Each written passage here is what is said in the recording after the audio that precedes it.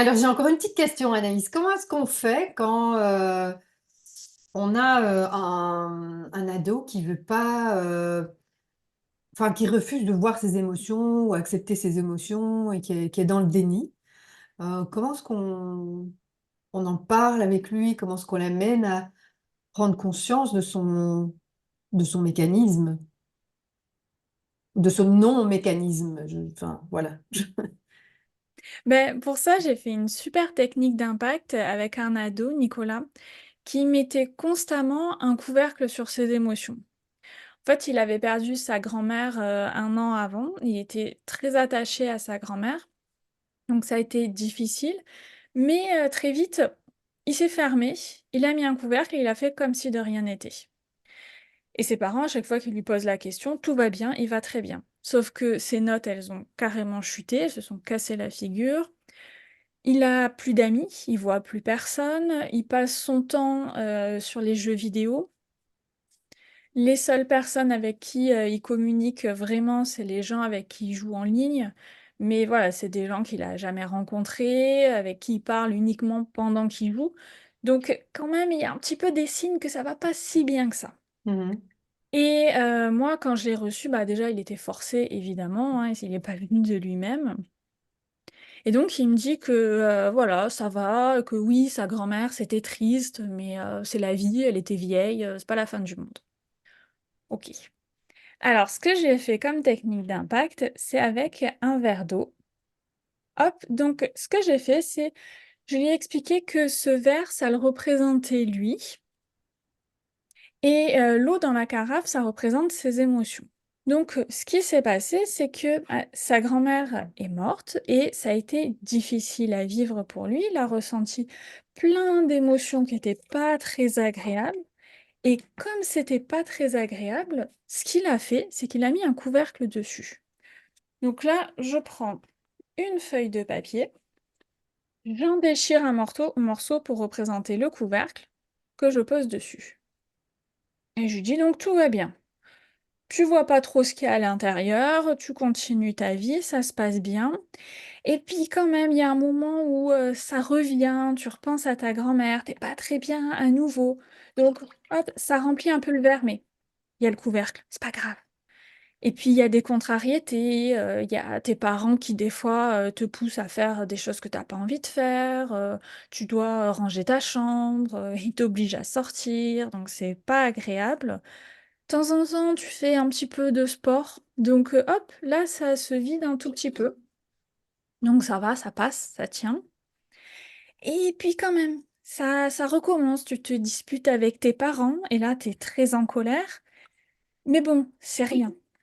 C'est rien, on met le couvercle par-dessus, tout va bien, on fait comme si de rien n'était. Et puis quand même, à nouveau, il y a les profs au collège, qui sont pas contents. Il y en a un là qui t'embête un peu, qui trouve que tu fais rien en classe, tu fais pas tes devoirs, et donc il y a quelque chose, tu pas content, ça te plaît pas et c'est pas grave, il y a le couvercle encore par-dessus.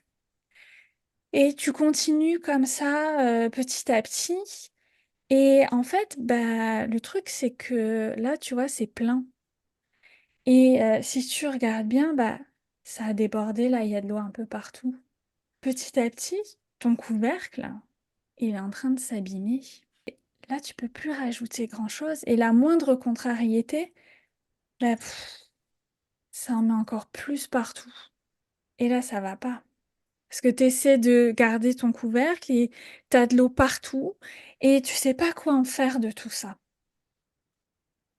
Et c'est ce qui fait qu'il y a un moment où tu pètes les plombs, où tu te mets à crier, à t'énerver contre tout et tu as envie de tout casser. C'est parce que ton verre, il est trop plein. Et que là, il y a besoin que tu apprennes à le vider. Parce que si tu continues comme ça, tu vas continuer à mettre de l'eau partout et ça va faire des dégâts partout. Et ton couvercle, il peut pas tenir dans la durée. Ça marche pas.